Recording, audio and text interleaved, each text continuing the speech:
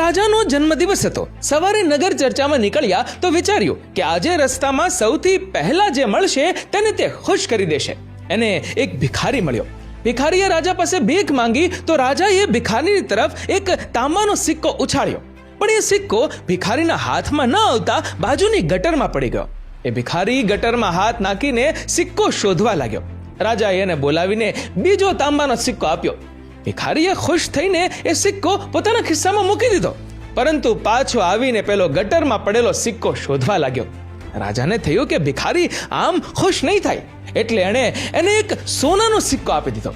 ભિખારીએ રાજાની જય જયકાર કરતા કરતા એ સિક્કો પોતાની પાસે રાખી લીધો અને પાછો જઈને પેલો સિક્કો ગટરમાં શોધવા લાગ્યો. દોસ્તો, આપણા હાલ પણ આ ભિખારી જેવા જ છે. આપણને ઈશ્વરે આ માનવ દેહ રૂપી અનમોલ ખજાનો આપ્યો છે અને આપણે એને ભૂલીને સંસાર રૂપી ગટરમાંથી તાંબાનો સિક્કો કાઢવા આખું જીવન વ્યર્થ કરી દઈએ છીએ. તમારું શું કહેવું છે? નીચે કમેન્ટ કરો અને વિડીયોને લાઈક અને શેર પણ.